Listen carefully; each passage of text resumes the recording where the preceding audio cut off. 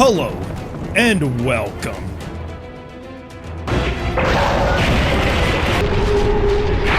ReZero is a masterpiece. You don't need me to say that, I'm sure we all know it at this point. ReZero is an easy contender for the greatest anime ever made, and I wanted to do something special since Season 3 is right around the corner. So I made another full episode ranking covering every episode of ReZero for Seasons 1 and 2. And I'm also going to rank the Memory Snow and Frozen Bonds OVAs, as I think that'll be fun. Which is why you should join me as I continue my journey to discover the perfect anime. Now, after this intro, I will be spoiling the entirety of the anime through the end of Season 2. So if you haven't watched ReZero yet, please do so before watching this video. But be sure to leave a like and subscribe first. If you don't remember too many of the details but want to get caught up for Season 3, then this video can help you out too. And just like with my Attack on Titan episode rankings, I don't think there's any bad episodes of this anime, so the first few will be the least best episodes of ReZero. Starting with... You know, I had such high hopes for you. Alright, let's start with what's really good about this episode. For one, I like seeing Old Man Rome again and his brazen but foolish method to get Felt to accept being a royal candidate. You also get to see the personalities of the royal candidates themselves. Priscilla wants to become queen so everyone will bow down to her and lick her boots. Kirsch wants to become queen to end the Dragon's Order and give power to the people. Anastasia wants to become queen in order to make bank. Emilia wants to become queen in order to bring about an era of equality for all of Lagunica. And Felt just wants to burn everything to the ground. Now let's talk about the reason this is considered by many to be the weakest episode of the series. Subaru is an idiot. It's been apparent since the beginning, really, but Subaru just can't brute force his way through this world like any other isekai protagonist. He makes an absolute fool of himself and Emilia, who is already looked down upon by the nobility. He doesn't understand the rules and customs of this world, and by claiming himself to be Emilia's knight when, keep in mind, she hasn't known him too long, he disgraces the very act of being a knight itself. One that Julius and the other knights, except for Reinhardt because he's cool, take great offense in. So he makes even more of a fool of himself and uses Shamok right after being told to not do so. And then comes his confrontation with Emilia, and Emilia is entirely in the right here. Since she can't be told about Return by Death, yeah, I get it, that makes things so much harder to deal with and communicate Subaru's feelings. But Subaru lashing out at her is uncalled for. Even with how frustrated he is, did he actually think he'd win her over here? Unfortunately, she doesn't know about the times he did save her because of Return by Death, but to her eyes, he's still putting her on a pedestal and borderline worshipping her when Emilia doesn't even know if the person that Subaru sees her as is herself. So no surprise she wanted to distance herself from him. I'm not calling it a bad episode, since it's important that Subaru sinks so low so that way the remainder of the arc he can develop and build himself up out of this. This does set the stage for arc 3. But man, on the first watch and repeated watches, it still hurts to go through this episode. Not because of all the pain and depression that other episodes give, but because, Subaru, you're an idiot. But he will get better, because he has to. I don't have as much to say about these two episodes as I did the last one, and most of the episodes I'll be pretty brief describing since I have 50 total as well as 2 OVAs. But I will be combining episodes that I'd rank in the same spot that come after one another too. And much like how the previous episode covered sets up much of Arc 3, these two set up Arc 2. Getting to Roswell's mansion where I think it looks a bit too gaudy, maybe we can redecorate it sometime later on. We meet Rem, Rom, Roswell, Beatrice, Emilia, Ruck, Rubaru, Rutro, you died in your sleep.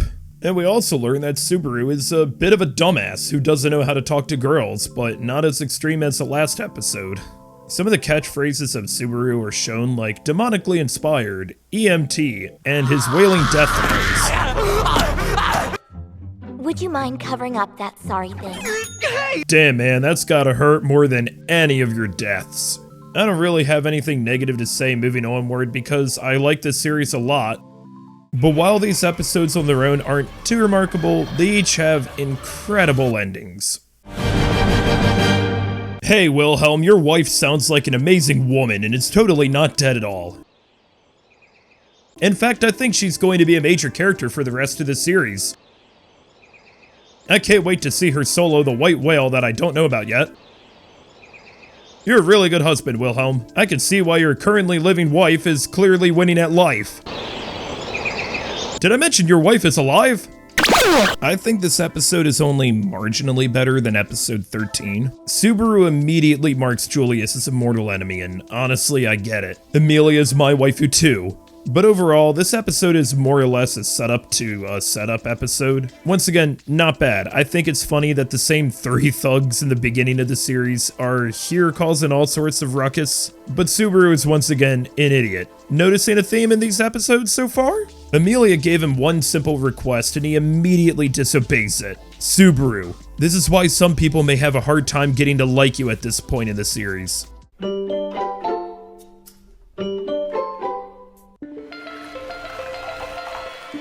Yeah, those are the only okay episodes. From here on out, I'm going to be a lot more positive, of course, and even if a lot of these lower ranked episodes are mainly to set up the rest of their arcs, they're still pretty solid. So when I first watched Season 2, I wasn't expecting us to go back to Roswell's mansion so soon and already be introduced to new characters there with Frederica and Petra now becoming a maid. And then we're off to the rest of Arc 4 in the Sanctuary, and the episode ends off with Subaru meeting Echidna for the first time. I will say that this episode does a great job foreshadowing that we're going to be learning a lot more about Beatrice. After everything that happened at the end of Season 1, the last thing I imagined someone would feel about Betelgeuse's death would be sorrow. Can pretty much anyone do that mana-sucking thing? Absolutely. What I like about this episode more than the 2 that came before it is that we get more development of not just this arc, but the world building in general. I think the story about the red and blue ogre is pretty underrated. It's based on an actual Japanese tale, and both Subaru and Ram have different ways to interpret what is a common children's myth. Ram looks at it rather cynically, despising both the blue and red ogres for their actions. However, Subaru believes that there's an outcome where both remain friends and everyone gets along. There's so much you can infer about how Ram feels regarding her past, but also how Subaru cares for others. He's the kind of guy who sees the best in people. There's so much that this episode goes over with the shaman, how curses work, the Witch of Envy, but also revealing where the sound of chains came from. Rem. Emilia had to be either testing Subaru in episode 1 or trusted him right away if she told him to call her Satella, despite the fact that everyone, including herself, finds that name repulsive. I'm willing to bet it was the former. Also, is Subaru getting stabbed by the 3 thugs the quickest death he has in this series? Like, Subaru, buddy, now's the time to learn that this isn't your average everyday isekai. This is advanced isekai. You're speedrunning Return by Death at this point. It's time to learn how it works. But through this, he is able to come across the Chad Thundercock of this series. And come on, how many of us thought that Elsa was going to be the one who waltzes through that door at the end? Guys, look, I found this garden hose, right? I'm with Subaru. I'd drink Echidna's bodily fluids immediately too. I love how Echidna had this whole plan lined up to talk to Subaru, but he just leaves to go outside to be with his waifu. And then we meet Garfield. So if you don't quite understand how he talks, he speaks in idioms that Subaru wouldn't have the slightest clue about, which means that us, the audience, is left clueless as well. Just imagine if someone from Lagunica got isekai'd to the world of Gex. Note to self, don't drink tap water at Jerry Garcia's. From here we get to the sanctuary proper, and Emilia shows what kind of leader she wants to be to the Yarlem villagers. But Emilia isn't ready yet to take the trial, as Subaru must now face his past. ReZero is such an unique isekai, as the meetings only take place within 1 episode and don't take up half the season. Man, Subaru's got some stones, just casually walking up to Betelgeuse like that after everything that's happened. Betelgeuse asks him if he's the Archbishop of Pride, but you can't really be one without having the witch's gospel. It's just like my man Arthur said, having fun isn't hard when you've got a witch's gold card. Oh, what's that? You thought Betelgeuse's death would be the end of this arc? Nah. Subaru can't have shit in Lagunica. I swear I'm not trying to rush through Arc 2 here, but these two definitely fit well together. This part of the arc is all about not just saving the villagers and Subaru himself from the shaman, but most importantly, gaining the trust of Rem. He makes a promise to her that after they're done with this situation, they'll talk the two of them as long as they need to. And now Roswaal is counting on him too, but we'll learn later on what Roswaal's expectations will end up being. And look at our boy go, he actually killed something. Maybe they'll make it out of this mess just fine. Even if Rem was hesitant to believe him this early on, they show their trust for each other with each of them pushing the other out of certain death. After he's healed, Subaru wants to still go and save Rem from not just the but her own rage. Unfortunately, he's given a sword so he could be just like any other isekai protagonist. And it's already broken. There's a lot to like about these episodes, with Rem going to town, Subaru using the witch's scent to his advantage twice, the Rom toss, and my favorite part is how Roswaal just flies away. I still think they're sandwiched between much better episodes, but solid progression through Arc 2. I'm glad Otto brought up just carrying those affected by the barrier out of the sanctuary, because I was thinking the same thing. But that's when we finally meet Ryuzu, who explains why those of mixed blood can't leave the barrier, that their souls get trapped within. We get to find out Roswaal knows way more about ongoing events than we thought. He allowed everything to happen just because he had faith that Subaru and Emilia would figure things out. Some may criticize Season 2 and this series as a whole for how Emilia is borderline useless at this part of the story, but it's like how useless Subaru was at the start. These characters need to show how powerless they truly are in order for them to rise up to their tasks and grow from it. Rom instructing Subaru to ask the question to Beatrice, Roswaal's unclear motives, Garfield just wanting someone to clear the trials, Emilia's waning confidence, especially with Puck's absence, and the episode ending with, guess who? Subaru took everything he learned from his failed negotiations earlier and actually came prepared, presented something all parties would be interested in, and played on a level field. That's character development right there! I'm so happy for our boy! I honestly wanted to rate this episode a lot higher for that alone, but of course the episode is mainly just a setup for the rest of the arc. I'm glad that Subaru properly meets Patricia and her and Rem begin the strongest best girl rivalry mankind has ever known. Also, side tangent here, but I love how ReZero is a fantasy series that doesn't have any horses. Like, ever find that unusual? I like playing the horse game whenever I watch a fantasy anime or play a fantasy setting video game, which is what I call waiting to see how long it is until a horse shows up. I can only think of 2 fantasy settings off the top of my head where there aren't any horses at all, one being ReZero and the other being the Guild Wars franchise. So if there's no horses, it makes sense why ground dragons are the primary mode of transport for Lagunica. Anyways, I know that was a bit long-winded, but for an episode titled Battle Against the White Whale, it really should have been titled Preparations for the White Whale. However, this episode does have an amazing ending.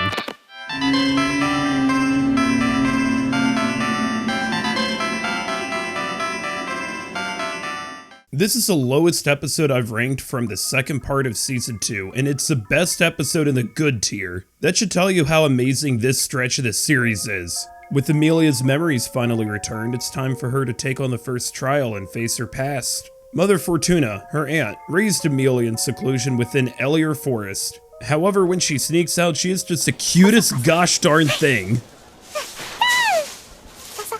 Oh snap, it's Betelgeuse. It's hard to believe that such a kind-hearted man like Goose would become the Betelgeuse we know and love. So much begins to unpack here, with Emilia learning she's a spirit arts user from Goose, the seal in Elier Forest, and the imposing presence that a Sin Archbishop brings with him. It just builds up for the remaining backstory as well as the incredible growth we'll see from Emilia the rest of this season.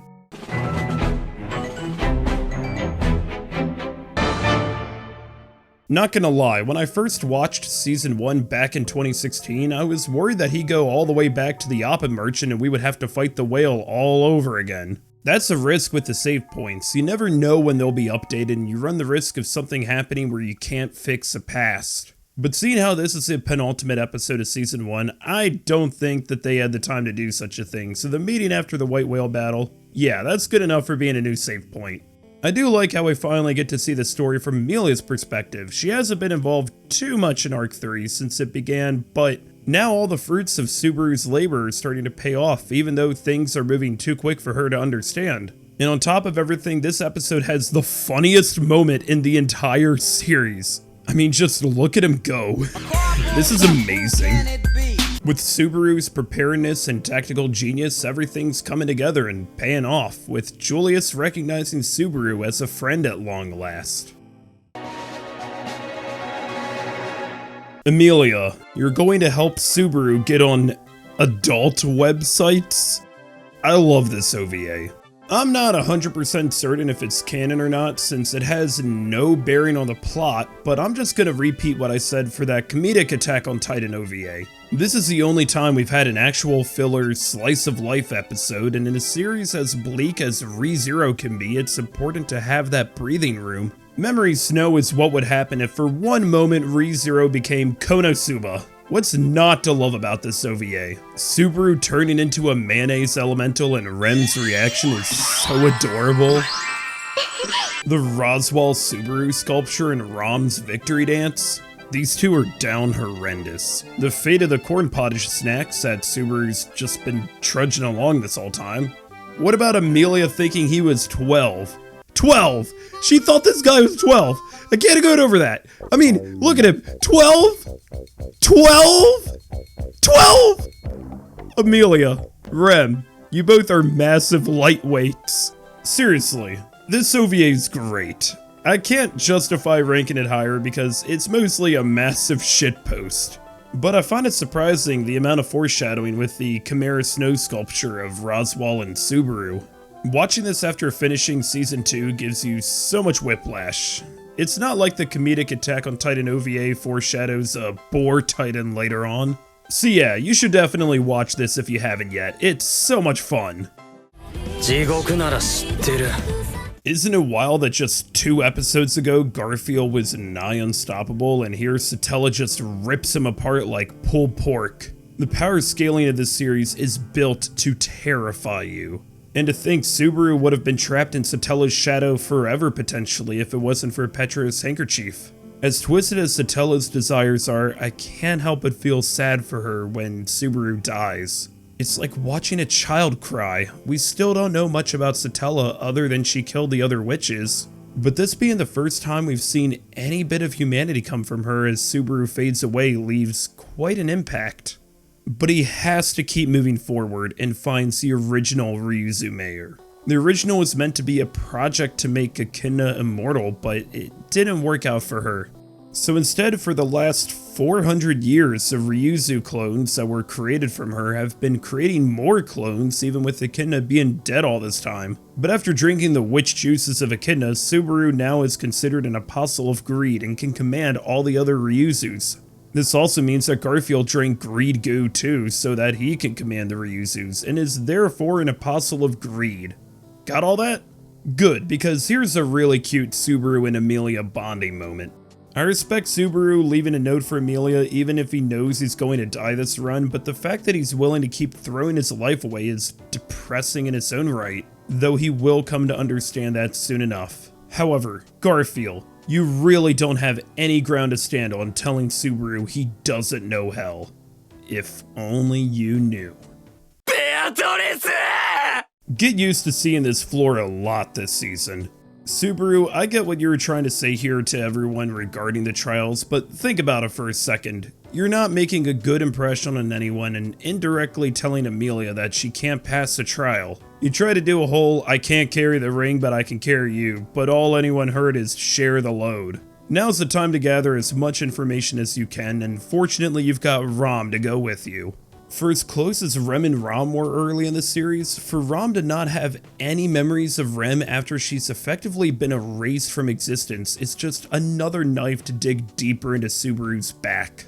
Elsa proved early in the series how strong she is, and with Rom and Frederica, that still isn't enough to defeat her. And when Subaru needed to die the most, Beatrice saves him at perhaps the worst time. Hey, here's Beatrice before Season 1. Before she was a shut-in, before she locked herself away from the rest of the world, before she played League of Legends. And we learned that Echidna was Beatrice's mother. Not biological, but you get the idea. We caught a brief glimpse of what Regulus is capable of earlier in the season, but now are seeing him in fuller form, as he treats getting his neck snapped like it's nothing. But like I said earlier, the power scaling of ReZero is built to terrify you.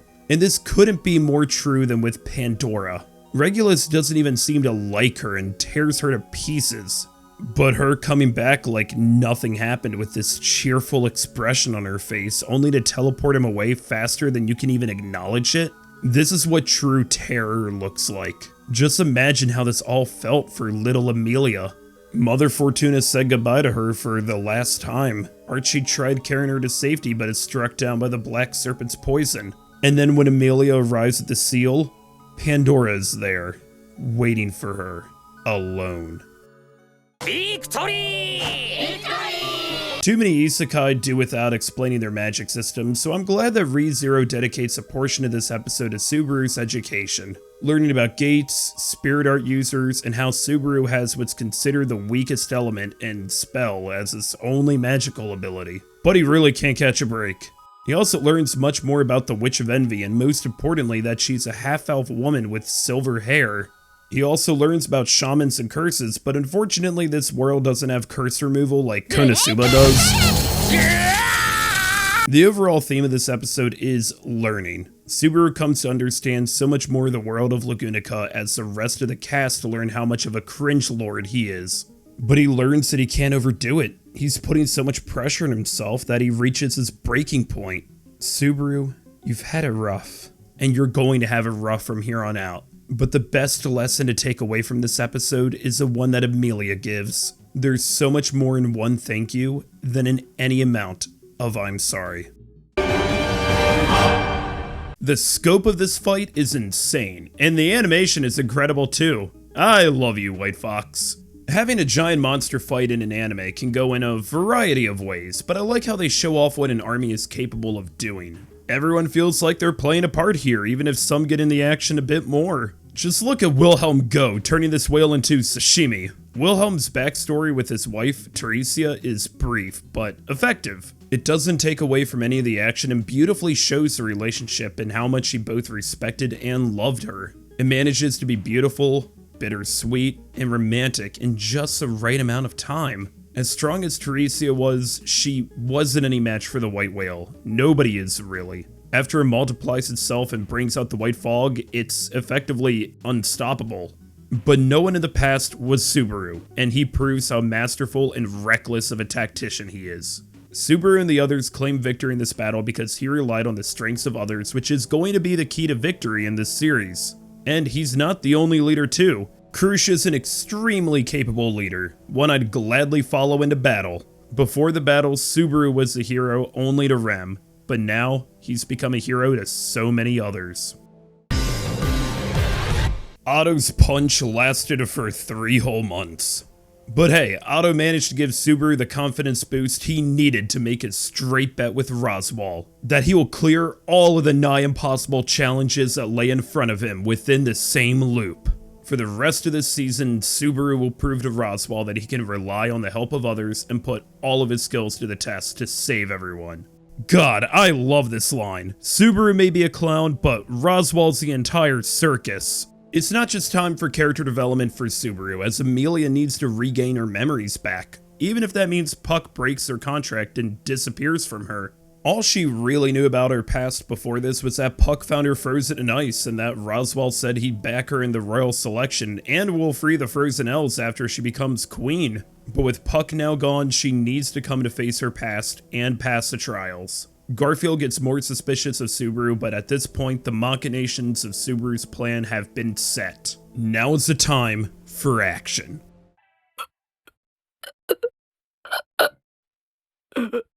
Everything is stacked so heavily against Subaru. Yes, he made a fool of himself last episode, but now it seems like the entire world is against Subaru. And when he needs others the most, even Rem leaves him behind, thinking it'll help him. I can understand her doing this with how Subaru has treated Krusch, Wilhelm, and even Reinhardt this episode.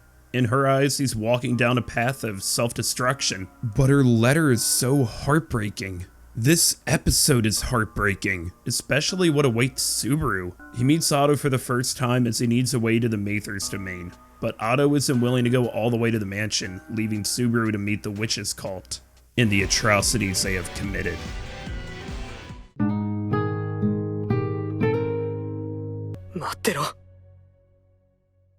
Now, Subaru, did you really think you get to have a relaxing evening with your waifu? Nah, now your side waifu just doesn't exist.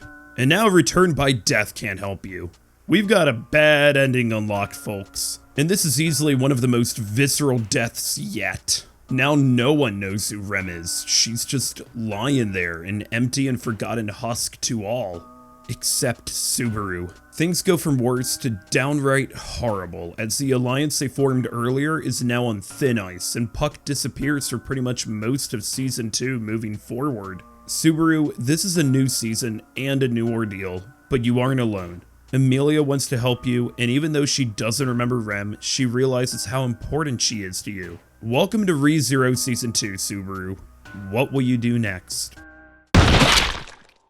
Look, you can have your waifu wars all you want over who best girl is in ReZero. It's Patricia, by the way. But at the very least, Emilia and nobody else slit Subaru's throat like Rem does. Yeah, this episode is the first one of several in this series you could call a bad ending. For one, Subaru finds out how painful it is to use a witch's scent and that he can't tell anyone about Return by Death. Terrified and unsure what to do, he goes to Beatrice, who surprisingly agrees to form a contract with him, all to protect Subaru as he waits to see what lies in wait after the 4th night. But Subaru, this isn't Five Nights at Freddy's. Just because you made it through the final night doesn't mean you're out of the woods yet. If he doesn't die from the shaman's curse, then someone else will, and in this case it's Rem. Subaru makes the most reckless decision yet since he doesn't know if there is a limit to Return by Death or not. But he has found his resolve, and he'll use all of his resources to get to the best outcome, no matter what it takes. Now this man loves life. So yeah, guess Garfield can leave the barrier after all. I love how Reinhardt is so strong that he has his own idioms even though he's currently alive. The time has come for everyone to lock the fuck in! Subaru, Otto, and Garfield need to stop the sisters from killing everyone in and near the mansion, and Emilia needs to finish the trials, lift the barrier, and save the sanctuary. Man, Emilia's grown so much lately after clearing her first trial. Even Rom notices her strength, and Rom bowing to you is about the greatest compliment you can receive in ReZero. Roswell's such an asshole, he's only here to instigate, and tells Emilia that him and Subaru are the same for forcing their beliefs upon the woman they love. But Emilia knows that isn't true. Subaru previously called out her weakness by calling her a pain in the ass, but he knows she is the pathetic crybaby that everyone else sees her as. The rest of the episode is setting up the upcoming fights, which means Rom has to face the only one she's put her faith in this entire time. Even after Roswell tells her that he's the one who attacked her village and now he's going to cover the entire sanctuary in a remorseless winter. Back to the mansion, we've got Petra versus Elsa. I think Petra can take her, but unlike the previous attempts, Petra and Frederica have Garfield to assist them and Subaru to assist Beatrice. She may have saved Subaru's life when he least expected it, but even Beatrice doesn't know why. According to her, it's because everything has been determined by her book, one that appears too strikingly similar to a witch's gospel. Beatrice insists she never make her decisions regarding Subaru on her own, which cuts deep into Subaru, like Elsa does here. At this point, Subaru's willing to try just about anything to clear the trials, including offering to do it himself. But That's just making him more suspicious of being a witch cultist in the eyes of Ryuzu and Garfield, who kidnapped him for 3 whole days. How'd he go to the bathroom during that time? But have no fear, it's Otto's time to show how he's best boy even if it means defying Garfield's demands. Subaru doesn't know how to handle this. I mean, what good reason could Otto have to want to break him out of here? But the answer is simple. Because they're friends. For the first time in perhaps his isekai life, or even before, he has a friend. A genuine, loyal, and faithful friend. Something Subaru doesn't even fully recognize at first. But right now, and anytime, having a friend is necessary to keep him on the right path and to remind himself that he's not alone. Otto will always support him and be his friend.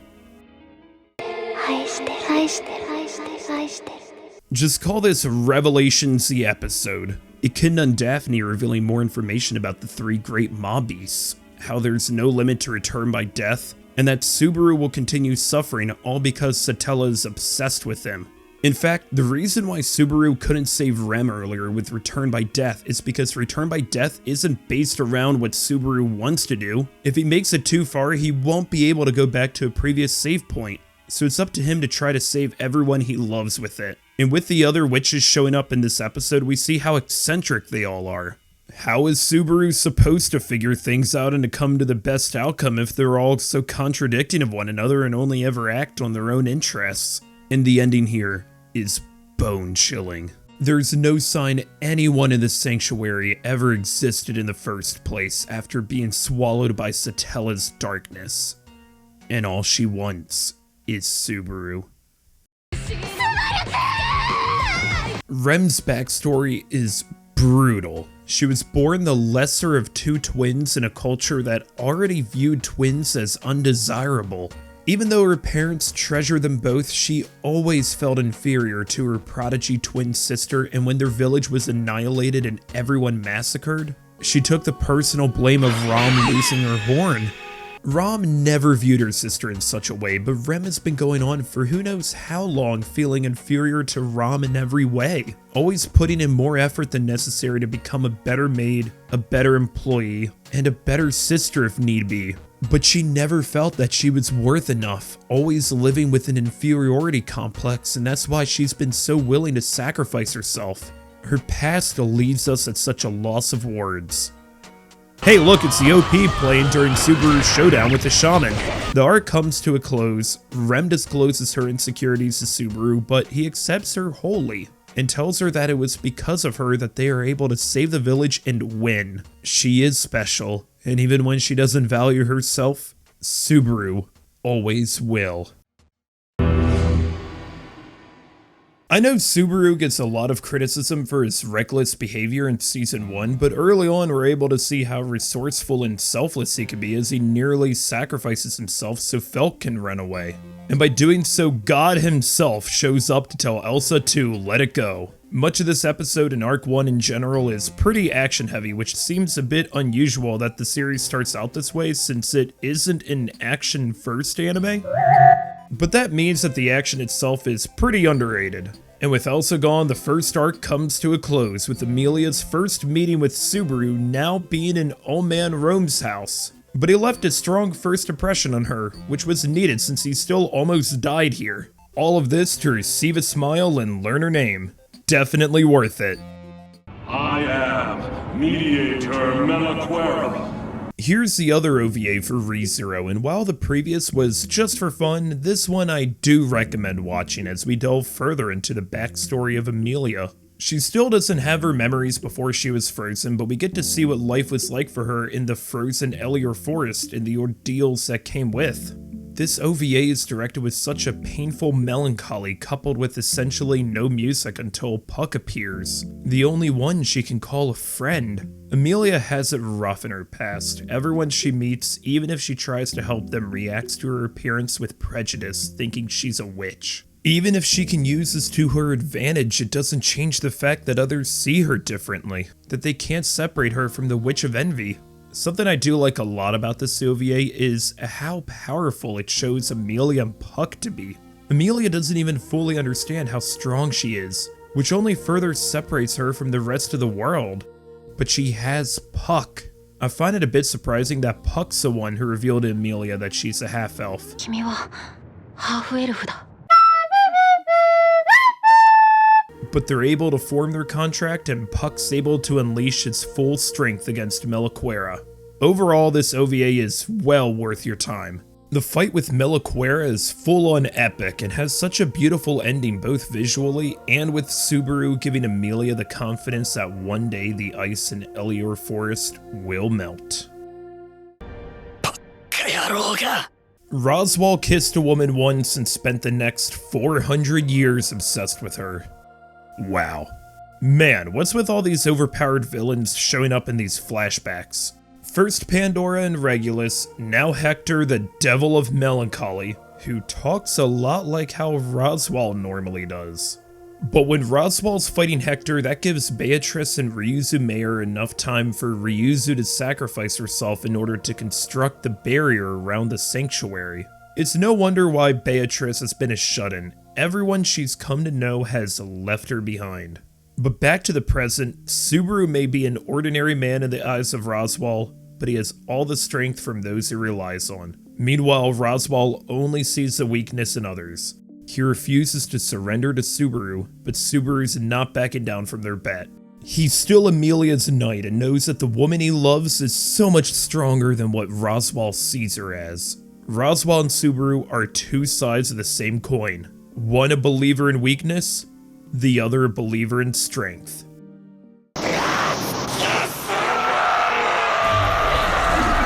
I like how Subaru uses speaking returned by death here as a weapon against Betelgeuse. Imagine devoting your entire existence to becoming a cult archbishop based around someone who rejected you immediately. Way to go, Betelgeuse. Julius's fight with Betelgeuse is so creative, having him hacking into Subaru's vision to see the unseen hand. Yeah, Betelgeuse stood no chance against them. Now I know that Subaru's a gamer and probably enjoys bosses with multiple phases, but come on, this is ridiculous. How is Betelgeuse still alive? Whoa! Die, you sucker! Good thing Otto proves he's best boy before season 2 even starts. And after everything that's come before them and nearly dying in a Michael Bay level explosion, Subaru, you can be smooth sometimes. This is an extremely satisfying way to end season 1. Behold an unthinkable present.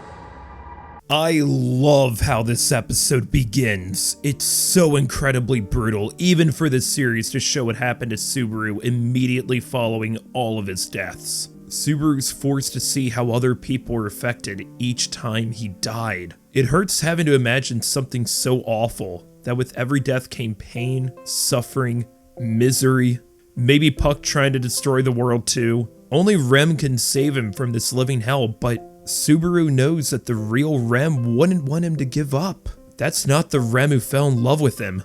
We finally get to meet all the other witches at once while Echidna reveals her desires. Yes, she may be offering to give Subaru the support that he's seeking, but it comes at the cost of Echidna alone being the object of his fascination. Echidna sees Subaru and his return by death as a tool, one that she wants for herself. After all, she is a witch of greed. Subaru won't ever have to come up with his own solutions. She will be his navigator through the unknown. She wants to know everything. She wants to witness everything. And Subaru is her winning ticket to her twisted wishes. Echidna may have been helpful to Subaru up to this point, and he may have been able to drink her sin slushy, lucky bastard, but she's still the Witch of Greed. She's twisted to the point where she formed a contract with Beatrice to wait in the library for 400 years, waiting for whomever that person may be. She just wanted to see if Beatrice would ever choose anyone, but it's to the point where Beatrice now awaits death with open arms, waiting for that person. But from this, Subaru knows who he wants to form a contract with, and it isn't Echidna. Just in time for you-know-who to show up. Face the disaster that is yet to come. バカかお前。俺がお前のその人なんてわけのわからないやつのわけねえだろ。Geez, Subaru, your talk with Beatrice was going so well. I love how we've come to this point. Subaru, the former shut-in, doing his best to convince Beatrice to go with him. If anyone could get through to her and understand in the least bit what she's going through, it's him. This is the episode where, yeah, It's all coming together. Frederica fighting the Rock Piggy, which, by the way, I think is kinda cute. Garfield fighting Elsa. Otto fighting Gravity. And now the Guilty Low. It's like everyone's got their own boss fight to handle. Meanwhile, Amelia continues her trials with facing an unthinkable present. We saw what this would look like for Subaru earlier, with him repeatedly witnessing the aftermath of all of his deaths. But for Amelia, it's what could be. This could be her life if Regulus and Pandora never showed up. If Elior was never frozen, Amelia would have kept living on like she had been with Mother Fortuna and Goose. This may be the present Amelia's dreamed about, but it isn't reality. She wouldn't have all the courage she's gathered if she continued on like this, and wouldn't have come to know all the people she now holds dear. She can't change the past. And while this reality seems perfect, it's not the one that will allow her to grow to become the Amelia we know and love. The Amelia who's able to clear the trial and earn the respect of not just the villagers, but the demi-humans of the sanctuary. This is a making of a great leader here, one prepared to face the future. Garfield, your mother loved you. All of his rage and resentment towards himself, believing that his mother left because she regretted having him, just wasn't the case. She left to find his father and to reunite their family. Garfield was just too young to understand. Despite Subaru's parents not dying in a landslide, there are a lot of similarities between him and Garfield and the insecurities they both have carried with them, believing they were a disappointment to their parents. So it makes sense that Subaru's the one to confront and reason with Garfield. As Realize plays in the background, Subaru breaks his gate with Shamak and utilizes the Sloth Witch Factor finally. And with that comes Invisible Providence. But of course, the real hero is Patricia. Don't worry, Garfield, you got what you were hoping for after all.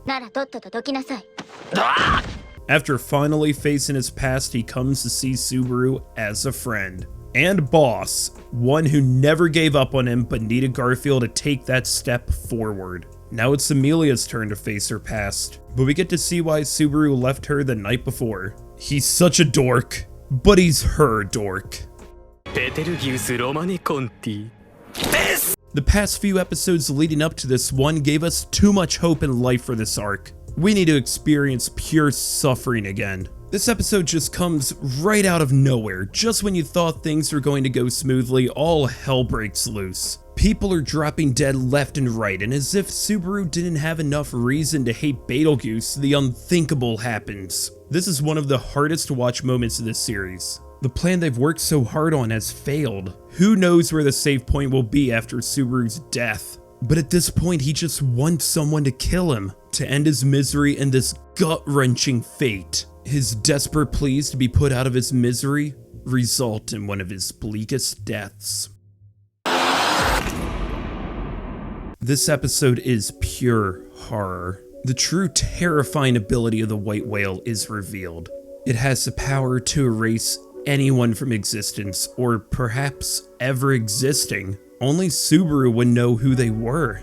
Otto might leave a negative impression upon you when you're first watching this series, but think about things from his perspective. Subaru believes that the whale is only interested in targeting himself, and to Otto, Subaru's losing his cool over someone who doesn't exist. I'm not saying Otto should have pushed him off the cart, I'm just saying I understand why he did so.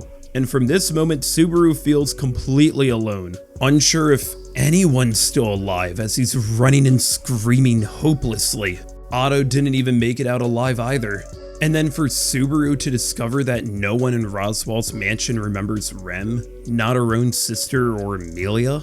And as if things couldn't get any worse, Subaru commits his ultimate sin and kills Amelia. A lot of people may have dropped the series at this point, as Disgrace in the Extreme is the most suffer porn of any episode yet. Subaru's hit rock bottom, suffering a dreadful fate that no one should ever have to go through. But the story's purpose isn't to torture Subaru. He still has to overcome the impossible odds that lay before him, before it's too late. Unfortunately, the next episode after this will breathe a sigh of relief that this story needs. But for now, we see how unforgiving Lagunica can be. Yes, we finally get Longshot, which is my favorite OP for ReZero and plays in 2 episodes. I'm honestly not complaining because we get so much extra time to further develop the story, so just let me enjoy this. I'm glad Amelia sticks to the rule of stranger danger, and Pandora, the Witch of Vanity, is a stranger who is nothing but danger. She doesn't even try to dodge or shield attacks because she knows that they can't do any damage to her. And briefly turning into Amelia here was way too messed up. In fact, I think we're able to at least gather that Pandora's abilities seem to be tied to illusions and extraordinarily effective ones, to the point where Goose kills Mother Fortuna, the woman he loved, and leaves Elior Forrest as the Betelgeuse we knew from Season 1. Even when she was a little girl, Amelia was insanely powerful, freezing Elior Forrest in her rage, and seeing such a young Amelia shouting over and over again, it's too much. But by walking through her newfound memories and Echidna constantly berating her, Amelia passes the first trial with the courage to face arrest. She's determined to save everyone, no matter the odds. I love the character development that everybody gets in the second core of Season 2. You got this, Amelia. Just like how Subaru, Garfield, and Otto have the courage to stand up to Roswaal, who's actually surprised because he failed to ever count Otto into Subaru's plan. All 3 of them will be crucial to their victory over Roswaal. This is my choice for the most underrated episode. It's directed beautifully. In fact, you don't even see Subaru's face until he breaks down to Krush, begging her to kill the witch cultists. But he has nothing to offer a master negotiator like her. Krush just cuts right through him and proves that Subaru is extremely unprepared to take on fighting the witches cult, which results in one of my favorite lines in the entire series. I hope that you become a great ruler, the kind of dictator who abandons the weak. Subaru can't just brute force his way through negotiations. Krush, Priscilla, Anastasia, all want different things, and failing to recognize their demands is only going to leave him in their dust. And what Anastasia tells him is right. He failed in all his negotiations because he had nothing prepared to offer. Well, anything he could offer to Anastasia, she played the man like a fiddle and got it out of him rather easily. And of course, there's the entrance of the White Whale. I'm going to save you. Love yourself. To me, that's the core theme of ReZero, and the core theme of this episode. Subaru was committed to using Return by Death as many times as he needed to reach a desired outcome for everyone else. But by doing so, he's disregarded his own safety and sanity. He views his own life as nothing more than a sacrificial pawn. But this isn't the purpose of Return by Death as Satella envisioned. She wanted him to have this ability because she doesn't want to see him suffer. How many of us when we started this series were hoping Subaru would die at different points just to go back in time and try things again? We don't get those kinds of do-overs in real life. Just think for a second how it looks to want someone to keep suffering to experience death again and again just because they can take advantage of it. If that appalls you, it should appall Subaru himself. He learns to fear death once again, knowing how painful it is to experience it as many times as he has. Knowing how painful it is to leave those behind with nothing but your corpse. This is why he rejects Echidna's offer. The Witch of Greed may bring him to a desired outcome, but she wants to take advantage of Return by Death, to use him for her own gains. But if he accepted Echidna's offer, there's no telling what would happen. Anything that comes after wouldn't be his own decision, so Subaru will do what it takes to learn to love himself. Since after all, it has to be easier than dying.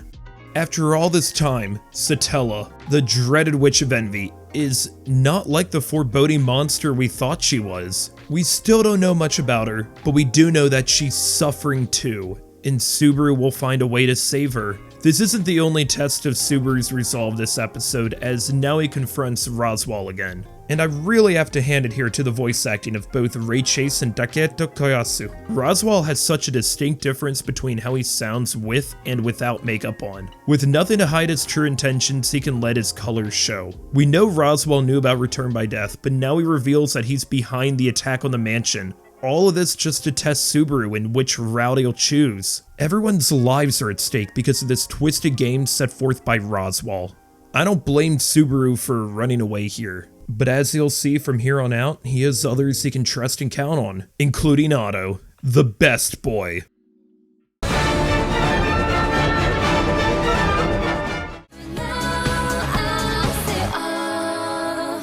The end of the beginning and the beginning of the end isn't just one of the best episodes of ReZero to me. I'd say it's one of the best first episodes of anime.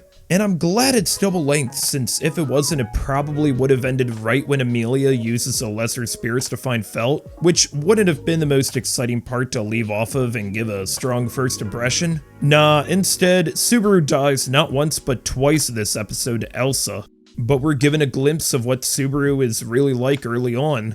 Even after being mortally wounded by Elsa and not knowing about Return by Death yet, he still prioritizes Emilia's safety over his own. And like I mentioned earlier when talking about episode 3, yeah, this series' main focus isn't on its action, but the fight scenes we get at the beginning here are incredible. I want to also mention that I think that Styx Helix by Mythonroid is one of the best pieces of music I've ever heard. It's my favorite anime ED still to this day, and ending the first episode with Subaru realizing what kind of world he's gotten himself into while the song plays is pure cinema. Welcome to Lagunica, Subaru. Hope you enjoy yourself. It's not going to get any easier from here. I want to mention my first time experience watching the second core of Season 2 of ReZero. So when the second season began, I'll admit, I wasn't watching too much seasonal anime at the time because it was the middle of 2020 and I just didn't feel like enjoying anything like many others. So I decided to wait a good while when I was ready to do so, and my first time watching Season 2 in full wasn't until mid-2022. And when I got to this episode, I decided to clear the rest of the season that night. Starting with this episode, I finished the rest of the season by about 4 AM, and it was one of the best experiences I've ever had watching anime in my life. Nothing existed aside from me and ReZero, so to hype myself up for rewatching this series, I decided to do that again when I got to this point. The reason I bring all this up is, yeah, straight bet was to set up the rest of this core, but here is where the cogs turn. This is where Subaru shows he's a capable strategist and knows how to inspire and rely on others. And this episode is fantastic too. I loved hearing Longshot play for the first time during Otto's moment here. His backstory is told so well, with him having a divine blessing that allowed him to communicate with animals, but in the process caused him to be ostracized from society. He became a merchant after fleeing his homeland because what else was there for him to do in life? And in this timeline, the first time he meets everyone else is when he's rescued by Ricardo at the end of the first season. Otto and Rom deserve all the credit they can get for managing to hold off Garfield for who knows how long while Subaru and Emilia are having their moment. I love the direction of their conversation too. It's entirely from Subaru's perspective, until Emilia cries, and throughout it Emilia is reflected within Subaru's eyes. Subaru is head over heels for Emilia, but this entire time she hasn't understood why. Yeah, he can't tell her about Return by Death, but to Emilia, Subaru has been borderline worshipping her for seemingly no good reason, putting her up on a pedestal she doesn't belong. That's where one of my favorite lines in this series comes into play from Subaru. It's not because I believe in you that I love you! Don't you understand? I believe in you because I love you! Subaru doesn't love her because of some grandiose idealized version of her. He believes in her because he loves everything about her. He lists off all the things that he finds beautiful about her, but that doesn't convey his feelings as well as him just saying that he loves her so much that it's driving him crazy. I absolutely love that he calls her a pain in the ass because yeah, that's how things have been in the main timeline.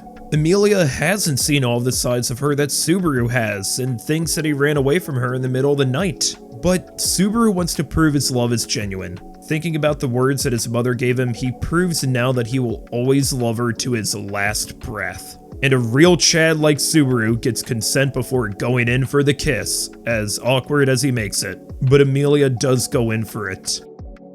And after the kiss, after the confession, and after Subaru tells Emilia that she'll find the reason to keep moving forward, that's when Subaru is reflected in her own eyes. All they see is each other. What an absolute thrill. Hey, Subaru must have listened to me back when I was talking about episodes 4 and 5 because he tries redecorating Roswell's mansion here. It's nice to see that all the oil that Otto bought way back in season 1 has actually come in handy here. Garfield vs. Elsa is my favorite fight in the series so far. It's so raw, the two are clawing and biting at each other like starved animals. In fact, I think the episode title is perfection. Love me down to my blood and guts. Elsa even falls in love with Garfield during their fight, and with a series that has as many unusual confessions as this one does, Elsa's is by far the weirdest. She really seems to have struck a chord with A minor. Though Garfield's reaction is hilarious. Garfield, you're amazing. Let me tell you about my past and why I'm so fucked up. I don't remember asking. I feel bad for the rock piggy here. He didn't stand a chance against Garfield, just like how Elsa doesn't stand a chance against anywhere from 3,500 to 9,900 pounds of pure beef. We've also got Amelia's final trial, which is definitely the shortest one as it's a collection of potential terrible outcomes for the future. But Amelia realizes that none of these outcomes are guaranteed, that whatever comes in the future she'll be prepared for. A better outcome is always worth fighting for. Echidna doesn't even show up for the third trial, she just hates Amelia so much. But I love Amelia's response to this, how she still wants to have a tea party with her and the other witches. At long last, she's cleared the third and final trial. I find it a bit surprising that we never saw Echidna's face in any of the flashbacks from 400 years ago, which is why Amelia doesn't recognize her face in the tomb. Oh, and Elsa's confession may be the weirdest, but Rom's is the second weirdest in ReZero. Roswell thought Rom would hate his very existence from the get-go. He attacked her village, cut off her horn, and she's been his personal maid for years. But she's come to love him more than anything, and wants to save him from himself, even if it costs her everything. Taking the Tome of Wisdom, she throws it into the fire. The thing that's connected Roswell to his teacher for 400 years is now gone. Both of the demon twins got rejected pretty hard. Rem got hit with the I Love Amelia, and Rom got hit with the fireball. I don't know if I've properly made it clear yet, but this episode is amazing. Everyone coming together and doing their part, reaching their fullest potential, and ready for what may come next. Victory is now within reach. ReZero can absolutely be categorized as horror, and this episode is one of the strongest reasons why. Beatrice has been secluding herself in the library, waiting 400 years for someone known as that person, just so she can fulfill her contract and therefore die. Her Tome of Wisdom has even run out of text. She's just been existing for all this time, and when Elsa does stab Beatrice, her reaction is one of relief. Mayleaf finally shows up from way back in season 1 and reveals that yeah, she's been the one controlling Ma Beast all this time. After Subaru loses an eye, he's sent back to the sanctuary only to be greeted by Amelia telling him everything he's wanted to hear. But that isn't Amelia, it's something else. Roswell reveals he's perhaps the evilest character we've seen yet, ruthlessly murdering Garfield and Rom since, after all, he knows Subaru is just going to die and reset anyway. What's the point of any of them living, including himself? Garfield catching Rom while he's dying is a nice touch too. Roswell's testing of Subaru has gone on too far, and Roswell doesn't even mind being eaten by the Great Rabbit, since this is just a game for him after all. This is the most disgusting episode aside from the one that I'm going to be covering next. A ripped apart and hollow Subaru returns to Amelia's body to suffer a fate much worse than death. Let's use the secret entrance!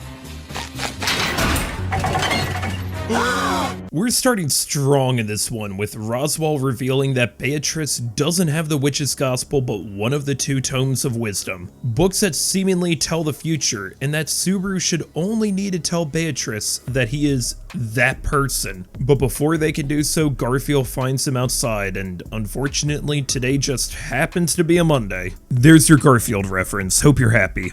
Everyone's sacrifice doesn't end up mattering. They're no match for Garfield and his rage. Rom, Otto, the villagers, and even Patricia are mowed down only for Frederica Stone to knock out Subaru for who knows how long. As he comes to, he finds the sanctuary void of any signs of life. And I have to admit, this part made me feel sick when I first watched it. Out of all of Subaru's deaths, this has to be the worst. Being eaten alive by the Great Rabbit as he feels everything. No wonder this breaks his mind. But through everything, this episode may just be the most cathartic yet. After all this time, after every death, every setback, every impossible barrier to overcome, he can finally for the first time tell someone else about Return by Death. Echidna isn't a good person. She wants to know everything in the world. She is a witch of greed after all, but through this interaction, Subaru is able to let out all of his thoughts and feelings at once.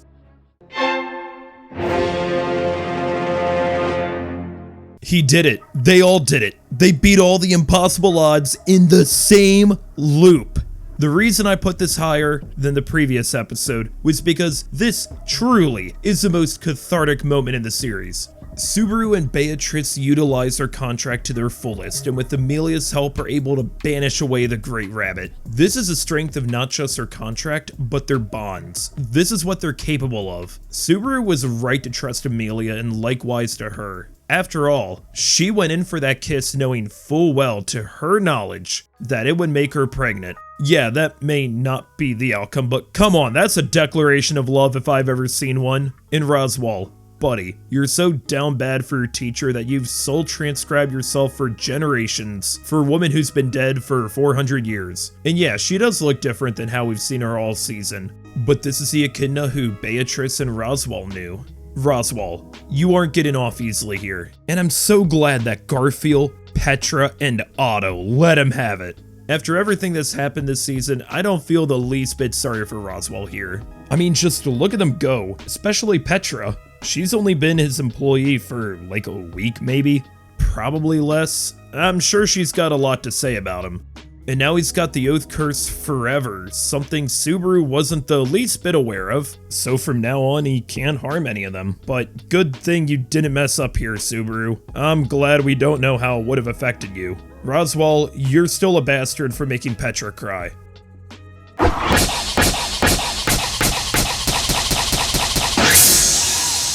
I don't know if I can accurately put into words how happy this episode makes me feel. After all this suffering, we've finally come to this moment. Like I mentioned earlier, when I finished watching Season 2 for the first time at 4 AM, I had the biggest smile on my face, just like Amelia at the end here. We're seeing how far everyone's come, especially Subaru. The episode I ranked dead last was when he self-proclaimed to be Amelia's knight, but that is no longer the case. He has officially become Amelia's knight. That's character development, people! For Subaru, for Amelia, for everyone else, this is a perfect ending to Season 2. It gets me so hyped for what's to come. Subaru, Amelia, you have each other. This is your greatest moment yet.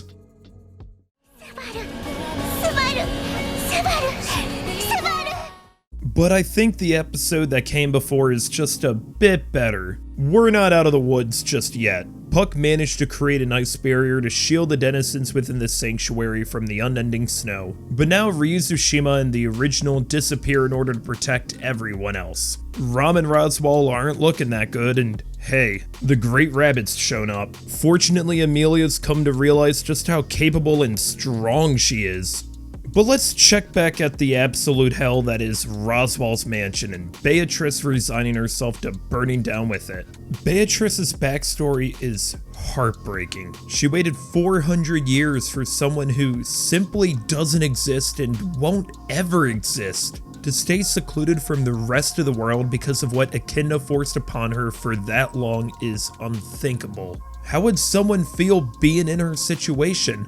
It's easy to give up on everything and await the end. But Subaru won't let that happen. He doesn't care about being someone he isn't. He doesn't want Beatrice to willingly walk towards and accept death like that. He doesn't want her to be like how he used to be.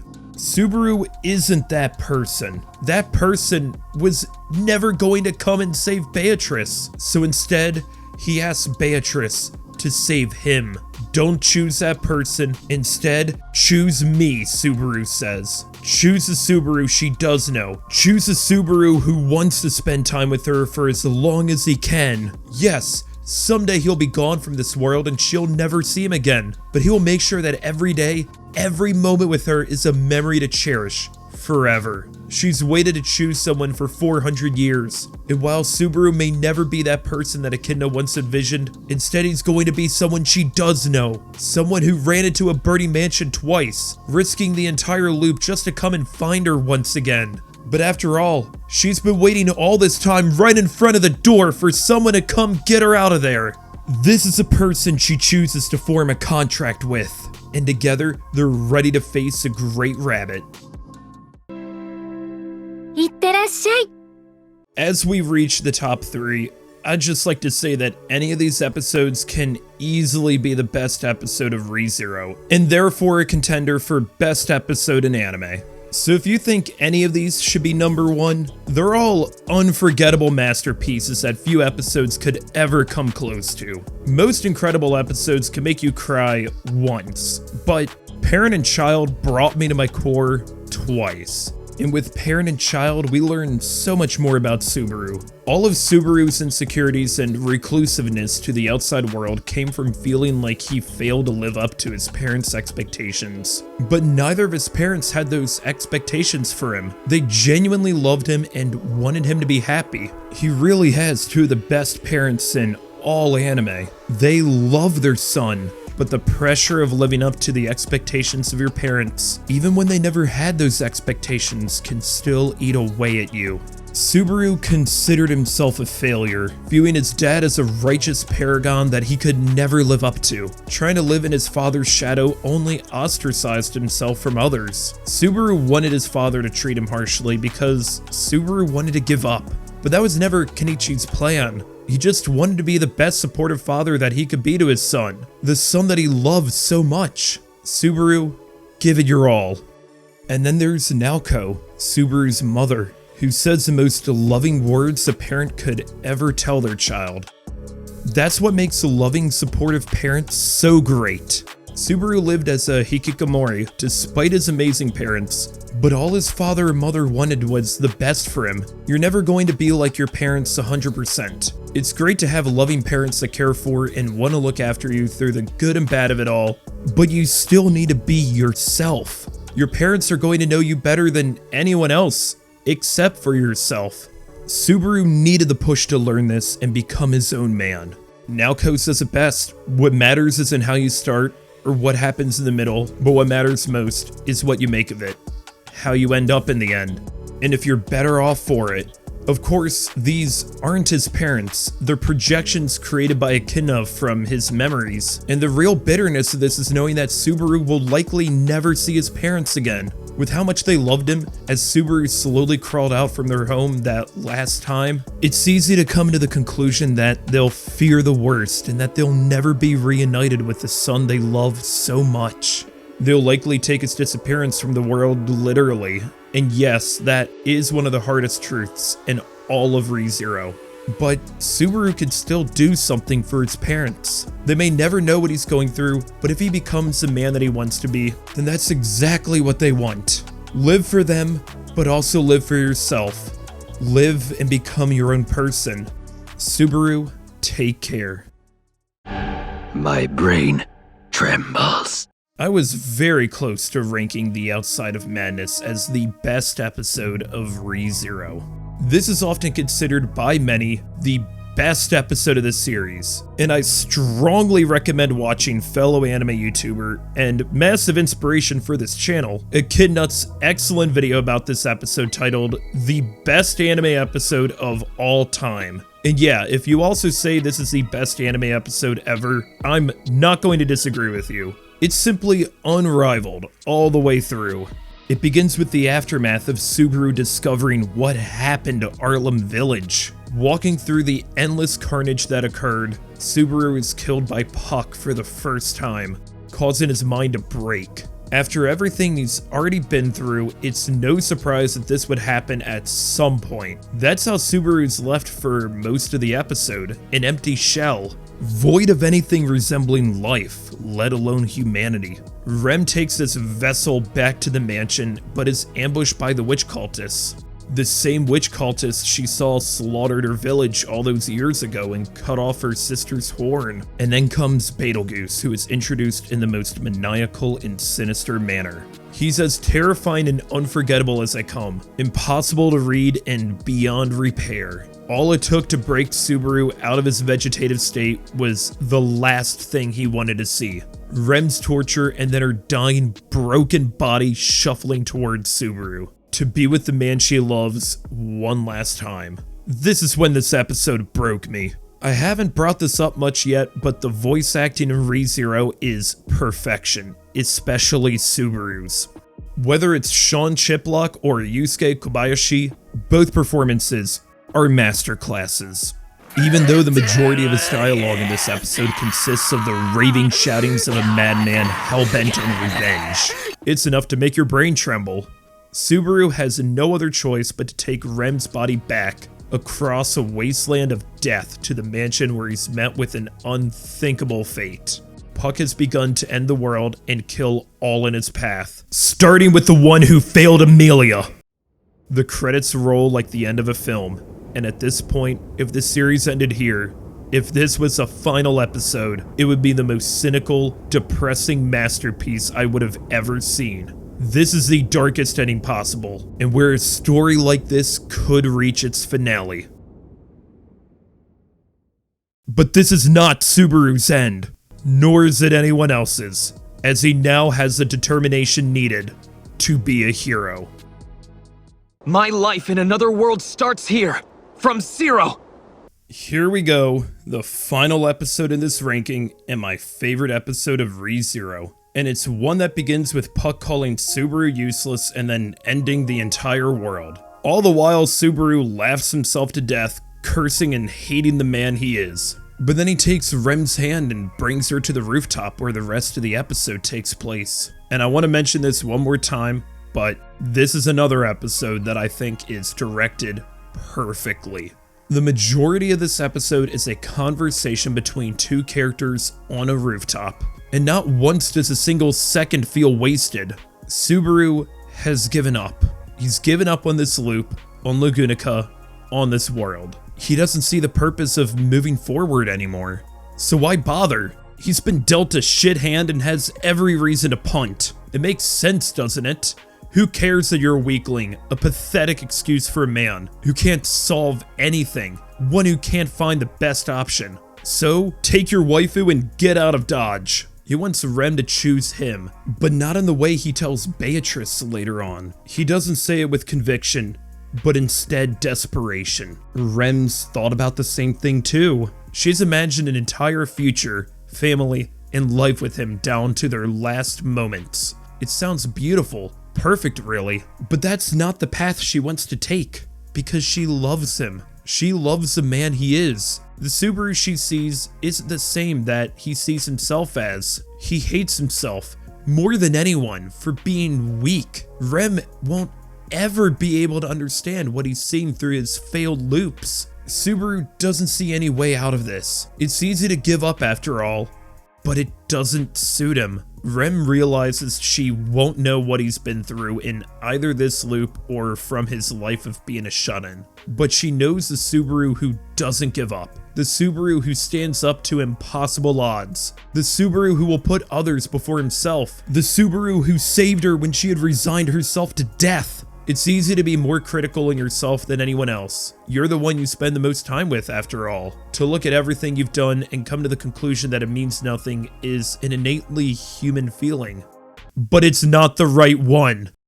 Sometimes we need someone else to pull us out from these dark places. Someone who sees the good in us. Someone who notices all the things about you that you take for granted. Someone who loves you. For Subaru, that's Rem. Yes, Subaru may know himself, but he doesn't know the hero that Rem sees. The hero that he's become. That hero is who Subaru really is. Even if no one else in the world believes in him. Rem will. The reason why this is my favorite episode of ReZero is because an episode like this was needed. I've seen people get through episode 17 and become worried that the entire series was just nothing but torture for the main character, that nothing good will ever happen to him. But this episode comes at the perfect moment in the story. We needed an episode like this to cut through and shine a bright light through all the darkness. Subaru has suffered some more, and suffered even further than any one man ever should. He was a shut-in NEET who hated himself, and despite getting isekai'd, that didn't change. He's only come to know how powerless he is in this brutal world, where the apparent right option often leads to massacre. It's not like he knows how to solve all of his problems each reset, and the resets take such a toll on him. But you know who was there every time during this arc? Rem. Every decision Rem made during this arc was done in consideration and love for Subaru. And despite how everyone else has treated him during this time, she has always been his strongest support, even when he may not have realized it. She loves him more than he hates himself, and is able to help pull Subaru out from the darkness and uncertainty, giving him newfound resolve to strive forward and save Emilia and everyone else. And of course, it's impossible to talk about this episode without the I love Emilia line, but I think it's extremely important to the story and for both Subaru and Rem. Rem says she knows, and while I believe she was hoping for Subaru to accept her proposal, I also think she realistically knew he wouldn't. She didn't accept his plea for running away because that wasn't the Subaru she fell in love with. That wasn't the hero she's come to know. The Subaru Natsuki she fell in love with is the one who loves Emilia, and the one who will begin a new path, as everything that happens from here on out will begin from zero. As it brings them one step closer to finding the perfect anime. Hey, thanks for watching. I love ReZero, and I want to continue doing this for future seasons too. Yeah, that's right. I fully intend to rank every episode of Season 3, as well as however many future seasons we get. And in case you were wondering, yes, I am aware that the anime has cut content from the source material. Web novel adaptations are hard to put in everything. I only wanted to go through what was shown in the anime to be consistent in this video since I'm only ranking the episodes as they're presented. But what are your favorite ReZero episodes? What are your favorite moments and who are your favorite characters?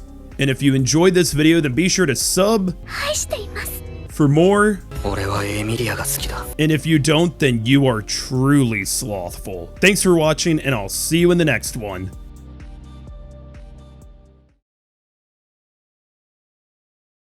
She thought he was 12! Oh!